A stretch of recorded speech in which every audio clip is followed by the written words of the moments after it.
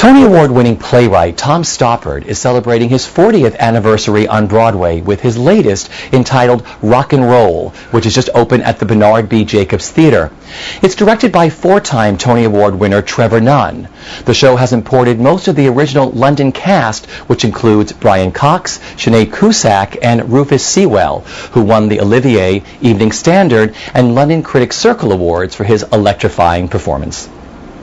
Mr. Stoppard's sweeping, witty, and personal new play spans 2 countries, 3 generations, and 22 turbulent years, at the end of which love remains, and so does rock and roll. For years and years, I had this thought that I should write a kind of pseudo-autobiography because I'm Czech, and I didn't go back to Czechoslovakia after the war, and I was thinking maybe I'd write a play about myself if I'd gone back, a parallel life.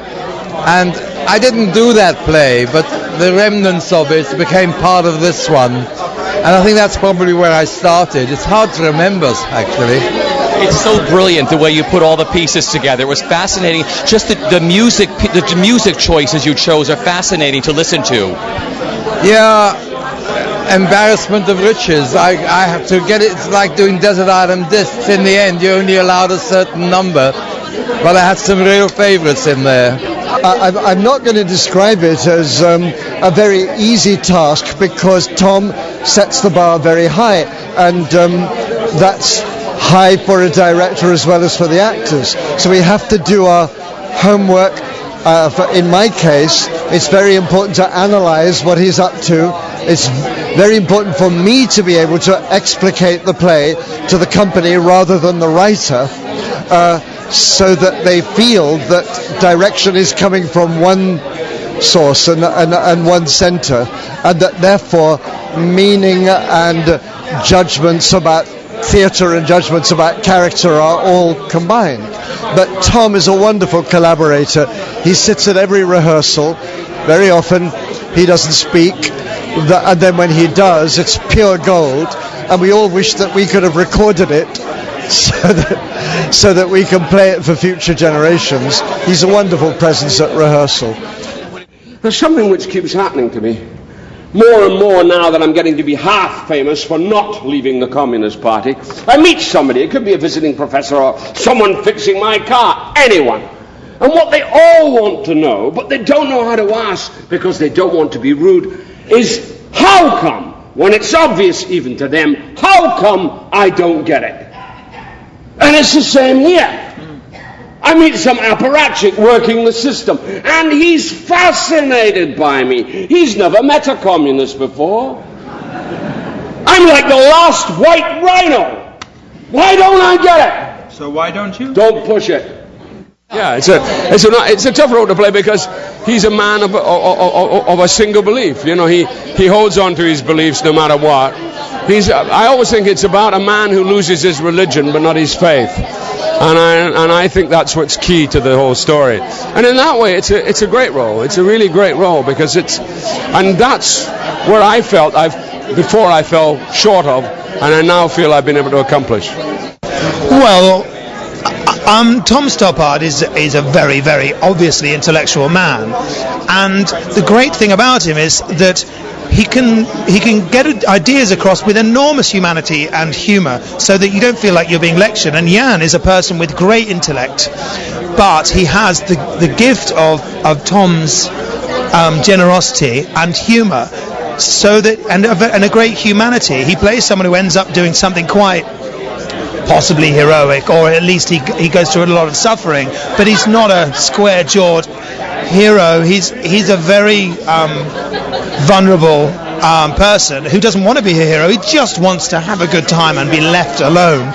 And unfortunately, by ending up supporting a band that end up accidentally representing something, he finds himself in a lot of trouble and finds himself in a position where he has to take a stand one way or another, and ends up, like a lot of people, accidentally being forced to be a kind of hero in the way that a lot of them were. They went through enormous suffering, went to prison purely for just having long hair and listening to bands, you know.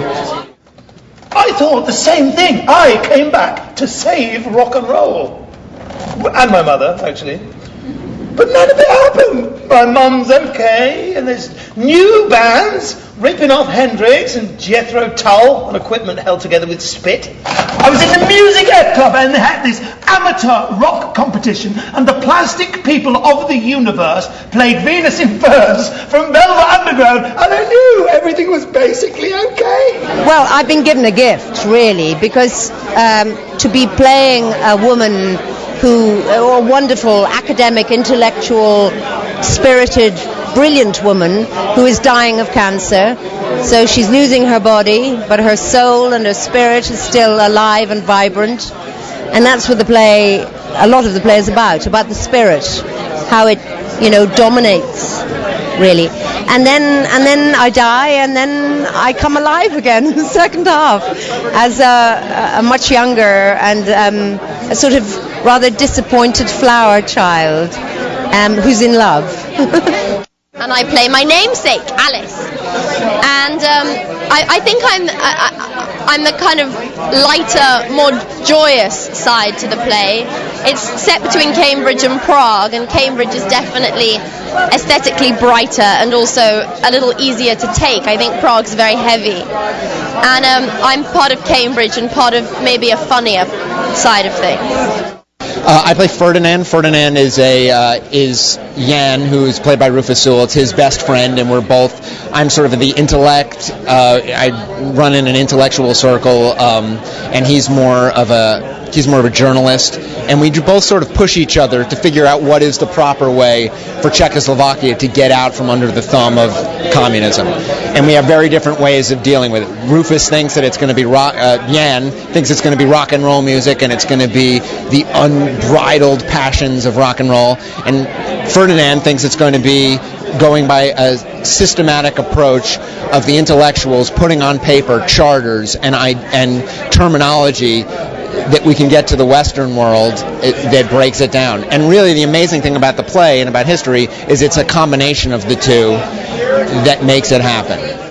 Well, Nigel, he's a reporter, and he's a blast to play because he just really doesn't care, and he has absolutely no compunction about saying exactly what's on his mind, and there's not a whole lot on his mind. He's kind of thoughtless and rude, and that's just, it's a joy to be able to do that because you never get to do that in life.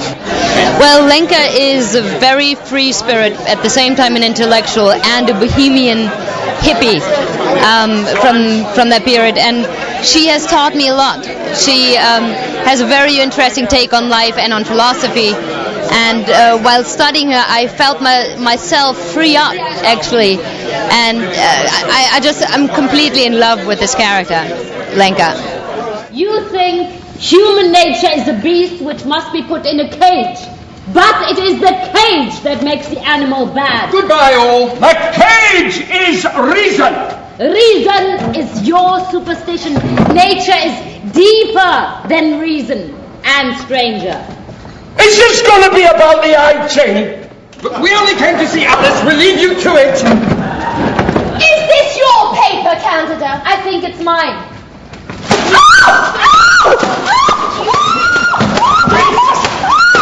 You're all insane! Okay. You know, I'll tell you your problem is that you've been wrong all your life, and now you know it. Come on, darling.